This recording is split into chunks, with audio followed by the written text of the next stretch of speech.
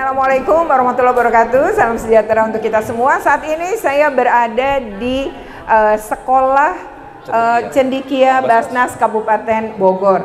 Di sini saya menjadi salah satu narasumber di kegiatan seminar ya interaktif remaja mandiri, dan saya juga memang berencana meliput sekolah ini gitu ya untuk tak bisa ditampilkan di YouTube karena memang sangat berbeda. Nah, seperti apa seminar ini, ikuti terus dalam video ini. Tapi sebelumnya jangan lupa untuk di like, share, comment, and subscribe.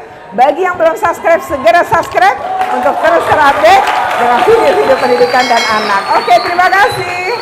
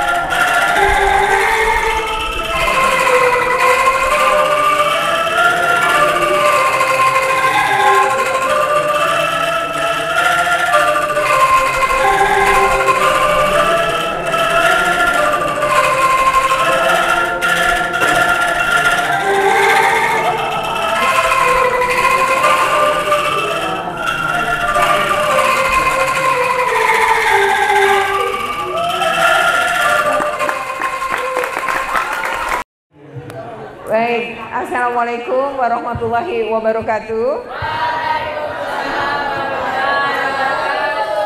Ya, selamat pagi menjelang siang ya. Bapak Ibu sekalian dan Bapak Kepala Sekolah. Kemudian di sini ada teman lama saya ya, Pak Siswadi ini. Kita kenal tuh dari tahun 2000 berapa ya Pak? 2017. Itu karena biasanya guru-guru tuh kalau kenalan sama saya itu karena dapat masalah. Jadi kalau guru nggak dapat masalah nggak akan cari saya. Gitu ya Pak, betul ya. Jadi saya mendampingi 116 temannya Pak Siswadi untuk memperjuangkan hak-haknya waktu itu. Yaitu masa lalu mereka menang sebenarnya di pengadilan, tapi ada hal di luar kendali kita kadang ya Pak. Tapi berjuang tidak akan pernah sia-sia. Sebuah perjuangan itu pasti punya hikmah ya. Oke. Baik, senang sekali diundang di sini. Meskipun jarak dari rumah saya ke sini itu 3 jam 10 menit. Ya. Jadi saya dan saya berangkat pagi-pagi banget gitu ya. Tapi saya senang di sini bisa bertemu dengan adik-adik katanya dari seluruh Indonesia. Tadi saya sempat ngobrol sama yang dari Sumatera Barat, dari Papua, ya Raja Ampat, saya kebetulan pernah ke sana, jadi tadi kita ngobrol. Lalu ada yang dari Manado, ya, satu lagi tuh dari Bekasi. Ya, jadi ini luar biasa, dan saya yakin dari banyak tempat nih ya, kita kan juga belum bertemu dan belum ngobrol nih sama yang perempuan. Mungkin nanti bisa diberi kesempatan ya, Pak Kepala Sekolah. Baik adik-adik sekalian, saya karena diminta untuk ini ya, penguatan ini, maka saya akan mencoba untuk menyampaikan yang pertama adalah soal konsep diri. Jadi saya ibaratkan begini, kalau kamu cari alamatnya jelas. Itu jelasnya itu ketika kita mau menuju ke sana kita udah prepare, kita cari alamat jelas, belok kiri, belok kanannya, pokoknya udah tahu banget. Kira-kira kita sampai nggak? Sampai ya. Yang kedua, kita perlu tanya-tanya orang nggak? Mungkin perlu, mungkin enggak kan? Kalaupun mungkin tanya, pasti dengan sedikit orang. Tapi coba bayangkan kalau alamat itu tidak jelas. Cuma dikasih tahu nama desanya, RT ini, nanti tuh ada gapura, lurus aja belok kanan. Nah, andaikan mungkin kita bisa sampai, mungkin. Tapi pertama lama, yang kedua nanyanya berulang-ulang. Tapi mungkin juga kita nggak pernah nyampe. Nah, kira-kira analogi itu sama dengan mimpi kamu, impian kamu. Jadi kalau kamu memiliki konsep diri yang baik, maka kamu sudah merancang 5 tahun lagi kamu mau jadi apa. Jadi 5 tahun lagi apakah kita mau stuck seperti hari ini? Kan enggak kan? Maka 5 tahun lagi kita mau jadi apa? Itu saya ibaratkan, saya membaca sebuah buku namanya Berpikir Positif. Buku ini menggambarkan ada satu kisah di mana seorang anak itu dia dari keluarga tidak mampu. Tapi dia punya mimpi yang besar. Salah satu mimpinya adalah dia pernah membaca sebuah artikel dan di situ ada yang sesuai dengan keinginan dia, yaitu menjadi psikolog. Dan ternyata psikolog ada sekolah di Eropa, maksudnya kampus yang paling hebat untuk psikolog terbaik di dunia. Dia bilang, saya mau kuliah di sana. Lalu dia cerita sama ibunya, sama bapaknya. Apa kata ibu bapaknya? Kamu jangan mimpi kegedean, gak mungkin. Dia cerita ke temannya, semua bilang gak mungkin. Dia cerita juga ke gurunya. Kata gurunya, dia juga itu sebaiknya daripada kamu kecewa turunin mimpinya. Lalu dia cerita sama sahabatnya, kata sahabatnya, lu sehat gak gitu. Kenapa dibilang lu sehat apa enggak? Karena dia bukan siapa-siapa.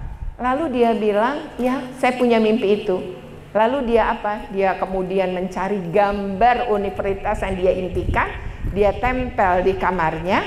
Habis itu dia setiap mau tidur, dia lihat gambar itu dan dia katakan, suatu saat saya akan duduk di taman itu, saya akan baca buku di situ. Pokoknya betul-betul dia selalu bangun mimpi itu akan seperti itu. Lalu dia bilang sama ibunya, sekolahnya di SMA ini, jadi tibalah dia SMA. Sekolahnya di SMA ini bukan bahasa Jerman, tapi bahasa Jepang. Padahal sebelumnya bahasa Jerman. Gurunya pensiun nggak dapat guru bahasa Jerman, terus jadi ganti bahasa Jepang. Apakah itu membuat mimpinya turun? Karena jadi dia nggak bisa belajar bahasa Jerman kan? Lalu dia bilang ke orang tuanya, Mah boleh nggak saya dibiayai untuk les bahasa Jerman? Kata ibunya, aneh banget nih anak. Di sekolahnya aja bahasanya bahasa Jepang, malah mau les bahasa Jerman gitu.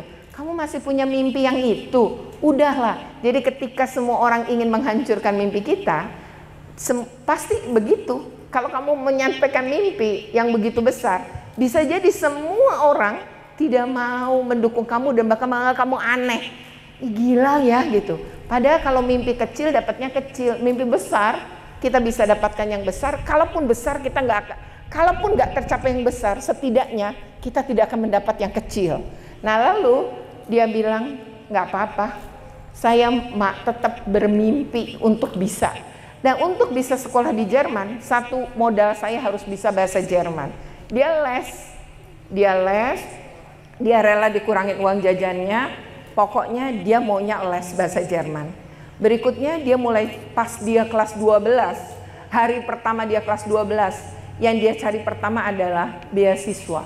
Dia mencoba menulis beasiswa karena dia udah kelas 1, kelas 2, SMA dia udah bisa bahasa Jerman. Dia sudah mulai bisa membuat kalimat-kalimat panjang. Maka berikutnya untuk mencari beasiswa kita harus punya namanya tulisan.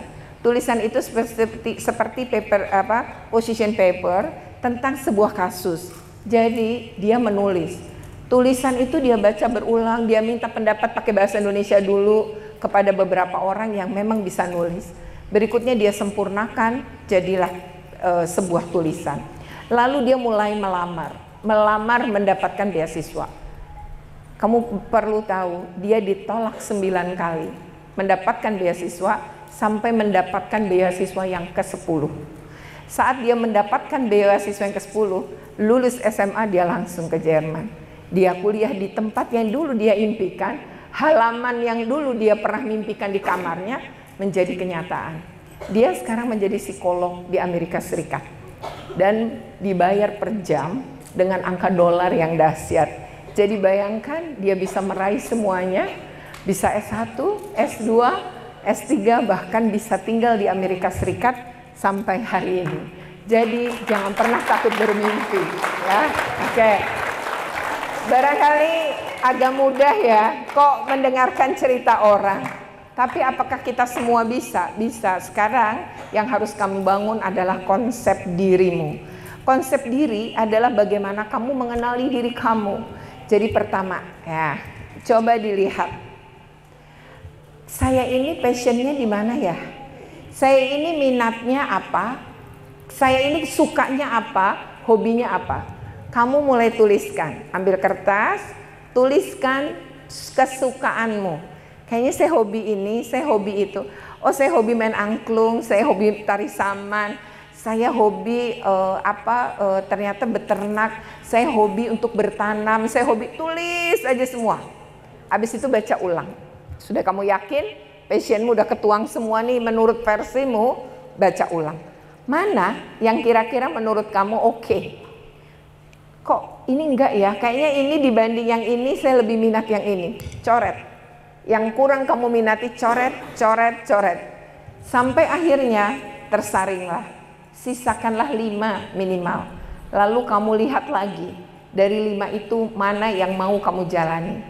Jalankan aja dulu. Nanti seiring dengan waktu. Jadi gini, apa yang kita pikirkan baru bisa menjadi kenyataan kalau kita tuliskan. Apa yang kita tuliskan baru bisa jadi kenyataan kalau kita lakukan. Dan apa yang kita lakukan baru bisa kita lihat.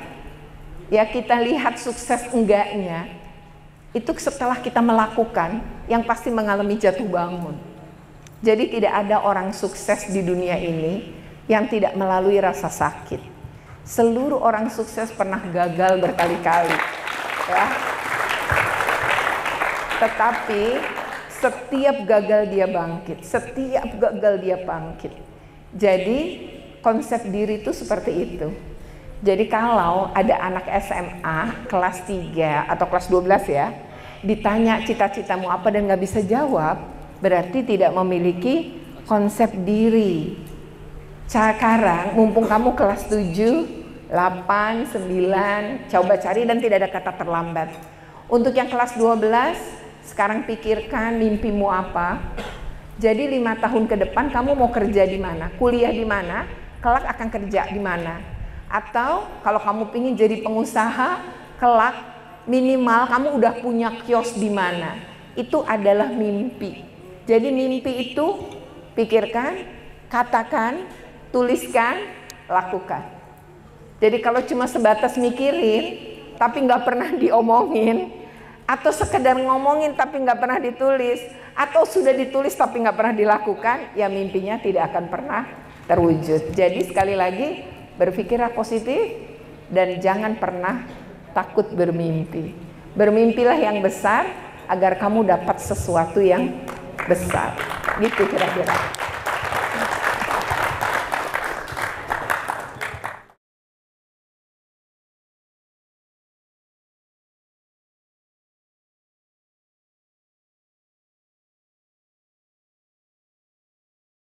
Perkenalkan, saya Doni. Oke, Doni dari mana? Depok. Oh, Depok, oke. Pertanyaan saya Ibu, tentang kita Ibu. Tentang? Tentang ini Bu, kan kita sebagai remaja Bu. Iya. Masih lalu gitu Bu. Masih belum ngerti nih, masih apa ya? Masih nyobain apa yang kita bakal mau lalui gitu Bu. Nah, di situ kita masih bingung sama misalkan kita punya bakat mancing, menulis, menggambar gitu. Nah, kita tuh masih ngerasa kalau di ketiga ini kita sama-sama bisa gitu, bisa ngelakuin mungkin dalam satu waktu gitu, bisa mancing, gambar, menulis gitu. Oke. Nah, artinya bisa melakukan semua pekerjaan itu secara bersamaan atau pada masa tertentu gitu ya. Oke. Sejujurnya kira-kira kita masih belum tahu nih kita dominan di antara ketiga itu yang mana gitu. Oke. Terima kasih Doni. Ya, baik. Pertanyaannya bagus ya. Mungkin kalian semua juga mengalami yang Doni bingungin. Jadi setelah tadi milih, ternyata ada yang kita sendiri nggak tahu di mana bakat kita. Gitu. Adik-adik, gini ya. Kenapa saya tadi ngomong lebih baik kamu nuliskan passionmu, minatmu, bakatmu, atau hal yang kamu suka. Karena dalam hidup ini kamu melakukan semuanya itu harus bahagia. Jadi kalaupun bekerja bukan karena terpaksa. Misalnya gini, ini orang tua nih ya paling sering gini. Dulu dia punya cita-cita nggak kesampaian, terus cita-citanya dibebankan kepada anaknya. Anaknya menanggung beban. Anaknya yang ngelakuin aja, namanya anak, apalagi menganggap bahwa itu adalah bagian untuk membahagiakan orang tua. Tapi dia lupa membahagiakan dirinya sendiri. Sepanjang kuliah kedokteran dia nggak bahagia sebenarnya. Ketika jadi dokter dia juga nggak bahagia. Jadi ada orang yang menjalankan hidup tapi nggak bahagia kan? Sementara kamu bekerja tuh bisa memakan waktu 30 tahun. Saya jadi guru aja hampir 23 tahun. Jadi kepala sekolah tuh sekitar 2 tahun. Itu saja ya, kalau kemudian bayangkan puluhan tahun tanpa kebahagiaan gimana? Jadi kamu bayangkan bekerja sampai masa tuamu tapi kamu nggak bahagia. Orang itu harus bahagia. Jadi kalau memang itu bakat kamu, passion kamu, yang kamu mau, kamu pasti bahagia. Oleh karena itu kamu harus memilih. Nah, tadi berangkat dari bahagia agar gini, kalau kamu bekerja dengan bahagia, dibayar gitu. Saya dulu punya mimpi jadi guru, benar-benar jadi guru. Tapi ketika jadi guru, saya ingin jadi penulis. Jadi kan boleh jadi guru yang penulis kan. Makanya saya punya 13 buku yang diterbitkan. Jadi sepanjang menjadi guru, saya menuliskan pengalaman-pengalaman mengajar saya, pengalaman indah bersama murid-murid saya. Tapi saya juga bisa menulis buku teks. Saya dulu guru PKN. Jadi saya menulis buku PKN, diterbitkan Erlangga, kemudian bukunya itu laku banget waktu itu. Bahkan saya punya royalti per 6 bulan itu waktu saya menulis buku. Sekarang kan kurikulumnya udah ganti ya. Itu bisa ratusan juta saya dapatkan. Bahkan gaji saya sebagai PNS kalau dihitung dalam setahun nggak mungkin saya beli sebuah rumah di Kelapa Gading yang nilainya miliar. Tapi karena saya menjadi penulis, maka saya bisa mewujudkan mimpi saya punya rumah. Jadi dulu saya gini, saya punya mimpi, punya rumah. Jadi mimpi kita tuh bisa berubah seiring dengan waktu. Tapi berubahnya jangan tiap tahun berubah. Berubahnya tuh per 5 tahun aja. Karena 5 tahun tuh akan ada peningkatan pada diri kita. Kalau kita udah meningkat pada posisi yang naik, kita pasti punya mimpi yang lain kan untuk meningkatkannya. Jadi mimpi itu bisa berubah tapi ke arah yang lebih baik dan lebih besar. Jadi tadi kan kamu bingung, mau nulis, mau mancing, sama mau apa tadi ya? Oh ya, melukis lah. Itu hal yang sebenarnya semuanya bisa kamu lakukan dengan bersamaan. Jadi saya waktu menjadi guru, saya tidak ingin menjadi guru biasa. Jadi setelah saya sampai ke guru, kan bukan sekedar jadi guru kan, saya ingin menjadi guru yang berbeda. Maka saya menciptakan diri saya dengan meningkatkan kemampuan. Kamu jangan pernah berpikir bahwa saya mulus-mulus saja, tidak. Jangan pernah berpikir juga saya tidak pernah dibully oleh guru-guru senior saya. Jadi semakin kita meningkat, semakin kita terbang tinggi, semakin banyak orang tidak suka dengan kita, itu pasti. Bahkan circle kita yang dulu susah senang bersama kita, ketika kita naik, makin terbang tinggi, bisa jadi dia nggak nerima kita. Karena kita udah nggak sama dengan mereka. Jadi nggak masalah. Saya selalu memilih circle orang yang positif. Saya selalu memilih orang, kalau ketemu saya pertama kali, terus dia ngobrolin tentang hal yang positif, hal kemajuan, saya pasti akan kontak dia berikutnya. Tapi kalau ketemu saya, lalu dia ngomongin orang lain, ketemu saya dia mengeluh, biasanya saya nggak akan pernah kontak lagi. Karena bagi saya, negatif itu menular. Begitupun energi positif. Saya lebih suka ketularan energi positif daripada energi negatif dong.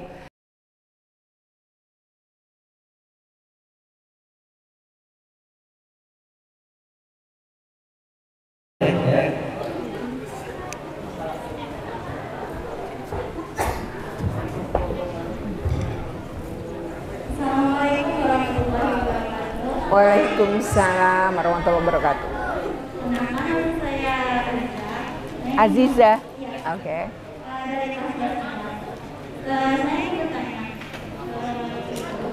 bagaimana cara administration yang benar tepat yang pelakunya bisa jadi bakat kita yang akhirnya bisa jadi sebuah karir. Oke. Sama satu lagi, kan kata ibu kita tuh bahagia. Apa? Kita tuh kan bahagia. Oke. Kita tuh harus dalam posisi bahagia. Sedangkan gimana kayak persoalan yang tadi kita itu kayak ketika orang tua memimpikan sebuah suatu cita-cita yang kedua tuanya nggak tercapai dan itu ditekankan kepada anaknya buat nyampe mimpi dia gitu. Sedangkan ternyata kita juga punya mimpi yang berbeda dengan orang tua. Dan saat dikatakan kepada orang tua, ternyata orang tua nggak setuju gitu. Oke. Sedangkan kita kan berbahagia, kita juga perlu mengungkapkan apa yang kita rasain gitu. Ya, betul. Apa yang kita inginkan gitu. Tapi saat kita melangkah buat mencapainya, ridho orang tua nggak ada. Sedangkan kalau kita nggak menggunakan ridho orang tua nggak setuju juga nggak baik juga kan. Jadi kita harus gimana? Mengikuti apa kata orang tua, karena memang kita dah tentang keridhaan Allah dan orang tua juga. Tapi kita kurang bahagia dan kayak itu, kamu harus jadi dokter gitu. Sedangkan kita jadi dokter, tapi kita itu gak bahagia karena memang itu bukan diri kita gitu. Tapi kita sudah melakukan apa jadi diri kita, ternyata tidak ada dari orang tua yang menyertai. Oke. Kamu merasa passionmu apa? Jujurnya masih bingung gitu, jadinya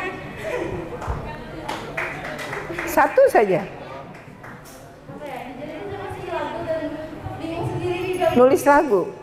Apa tadi? Ragu. Oh, ragu. Masa dari seluruh yang kamu suka ada satu yang bisa kamu sebutkan? Saya suka tapi biasanya cuma tergantung mood dan tergantung Apa itu? apa ya? Makan pagi, makan siang, makan malam. Hobi. Hobi. Oke, ya sudah. Sekarang silakan yang satunya. Assalamualaikum warahmatullahi wabarakatuh. Waalaikumsalam. Arifah. Ayo Mas, gimana sih kan kata ibu kita sampai gak usah dengerin kata orang, gak usah dengerin kata orang bohong. Cuma masalahnya pasti kalau misalnya saya konsultasi ke beberapa guru, gimana sih caranya biar kita tetap dalam passion kita, tapi orang tuh selalu ngejudge kita, tuh selalu dorong kita ke bawah. Terus tanggapannya ya udah sendiri kata mereka, kamu jalan aja tidak sendiri. Nah, tapi maksudnya nggak segampang itu. Tapi saya sendiri saya tinggal di bawah dunia sosialnya tinggi, kita hidup bersosial. Nah, gimana sih cara ibu? Kan ibu berpengalaman jauh lebih daripada saya dan yang lainnya. Gimana cara ibu buat tetap support dari ibu dan dari orang yang mungkin selesai adopsi dan adopsi ketika hidup sekarang di sini untuk kedepannya juga. Oke. Terima kasih Arifah. Kalau kamu apa passionnya? Tadi yang kamu bilang kan kamu sempat direndahin, itu yang mana? Saya sempat suka bahasa Inggris. Cuman saat saya mencoba beberapa orang dan itu saya down. Terus saya juga suka menulis. Saya suka pelajaran sosiologi. Oke.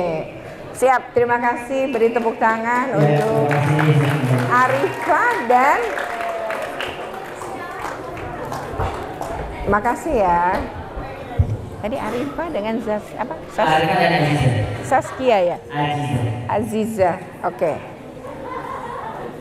Baik, terima kasih ya untuk Aziza dan Arifah atas pertanyaannya.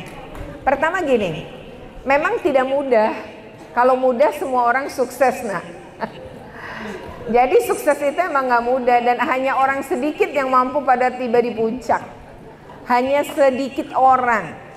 Kalau sukses begitu mudah, orang semua berada di posisi itu. Ya, kita kan bukan orang kebanyakan. Kita mau tidak seperti orang kebanyakan ya. Jadi sukses itu memang sesuatu yang harus diperjuangkan. Tadi pertama ya, pertanyaan Aziza adalah pertama dia sendiri bingung dengan apa yang dia miliki. Mungkin itu juga dialami oleh banyak remaja Indonesia.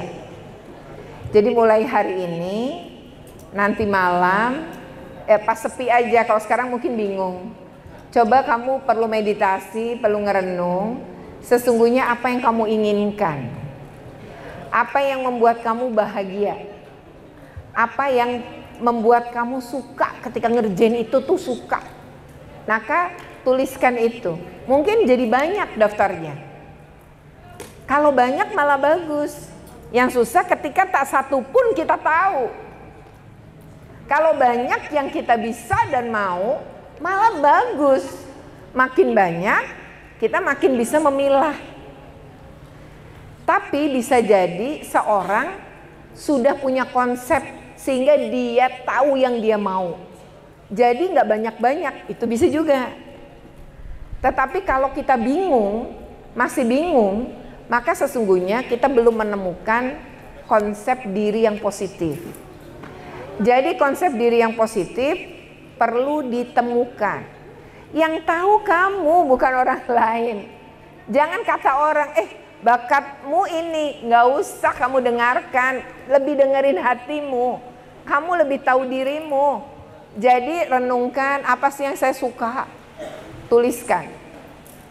Jadi satu, jangan cuma dipikirin. Pas malam kamu ingat satu, kamu ucapkan. Ambil kertas kamu tulis di buku, tulisin. Siapa tahu besok dan seminggu ini nambah. Jadi temukan dulu, kenali dirimu. Namanya konsep diri itu kamu mengenali diri kamu. Bayangkan kalau kamu aja tidak mengenal dirimu, gimana orang lain? Kalau kamu aja nggak tahu siapa kamu, gimana orang lain? Jadi kamu di situ mudah tuh kepengaruh orang tua kemudian. Lalu tadi kamu bilang, gimana ya saya kan mau berbakti. Banyak loh teman saya, ketika dia itu jago fotografi. Dia cerita sama saya, ini teman SMA saya ya. Tapi orang tuanya memaksa dia masuk arsitek. Ya demikian ya seminar di sekolah Cendekia Basnas yang tadi kita lihat anak-anak antusias juga karena kita berbicara tentang potensi diri gitu ya, konsep diri yang positif untuk mencapai cita-cita. Ya demikian seminar ini ya. Tapi di sini di belakang saya ada tulisan simak apa ini? SCB ya. SCB itu dari Sekolah Cendekia Basnas. Rupanya mereka membuka pendaftaran sampai Januari 2023. Mungkin bagi yang mau ya mendaftar silahkan ya, pasti bisa dapat nih informasinya. Oke demikian ya video ini. Jangan lupa untuk di like, share, comment, and subscribe. Bagi yang belum subscribe segera subscribe untuk terus terupdate dengan video-video pendidikan dan anak. Oke.